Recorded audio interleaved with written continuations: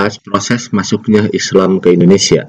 Yang pertama, Islam bisa mudah diterima di Indonesia. Alasannya, 1. Syarat masuk Islam itu sangat mudah. 2. Upacara-upacara dalam Islam sangat sederhana. 3. Tidak mengenal adanya kasta. 4. Penyebarannya dilakukan secara damai. 2. Bukti masuknya Islam ke Indonesia.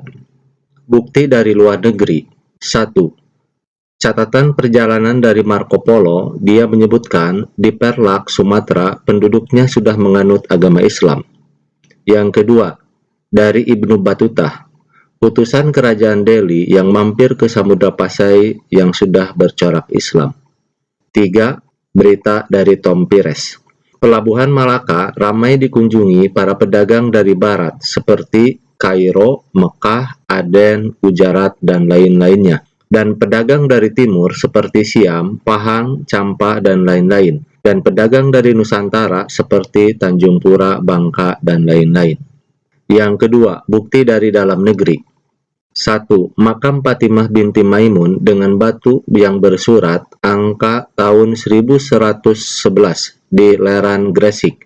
Yang kedua, makam Malik Al-Saleh berangka tahun 1297 Masehi, pendiri kerajaan Samudra Pasai. 3. Makam Maulana Malik Ibrahim di Gresik yang wafat tahun 1419. Ketiga, teori masuknya Islam ke Indonesia. Ada 3 teori yang menjelaskan masuknya Islam ke Indonesia, yaitu teori Gujarat, teori Persia, dan teori Mekah. Teori Gujarat disampaikan oleh Snuku Gronje bahwa masuknya Islam ke Indonesia itu pada abad ke-13. Pembawanya berasal dari Gujarat, Kambai, India. Dasar teorinya, 1. Kurangnya fakta yang menjelaskan peranan bangsa Arab dalam penyebaran Islam di Indonesia. 2. Hubungan dagang Indonesia dengan India telah lama melalui jalur Indonesia, Kambai, Timur Tengah, dan Eropa. 3. Adanya batu nisan Sultan Samudra Pasai yaitu Malik Al-Saleh tahun 1297 yang bercorak khas Gujarat.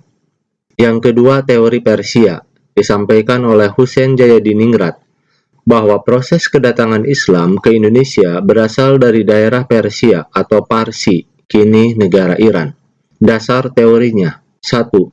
Peringatan 10 Muharram atau Asyura atas meninggalnya Hasan dan Husain, cucu Nabi Muhammad SAW yang sangat dijunjung oleh orang Syiah atau Islam di Iran. Di Sumatera Barat, peringatan tersebut disebut dengan upacara tabwik atau tabut. Sedangkan di Pulau Jawa ditandai dengan pembuatan bubur syuro. 2. Adanya kesamaan ajaran Sufi yang dianut oleh Syekh Siti Jenar dengan Sufi dari Iran yaitu Al-Halaz. 3. Penggunaan istilah bahasa Iran dalam sistem mengeja huruf Arab untuk tanda-tanda bunyi harokat.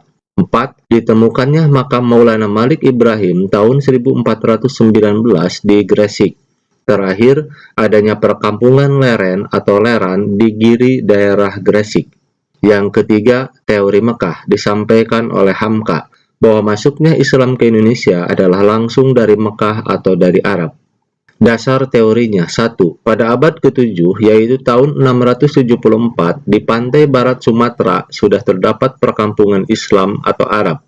Dengan pertimbangan bahwa pedagang Arab sudah mendirikan perkampungan di Kanton sejak abad ke-4, hal ini juga sesuai dengan berita Cina.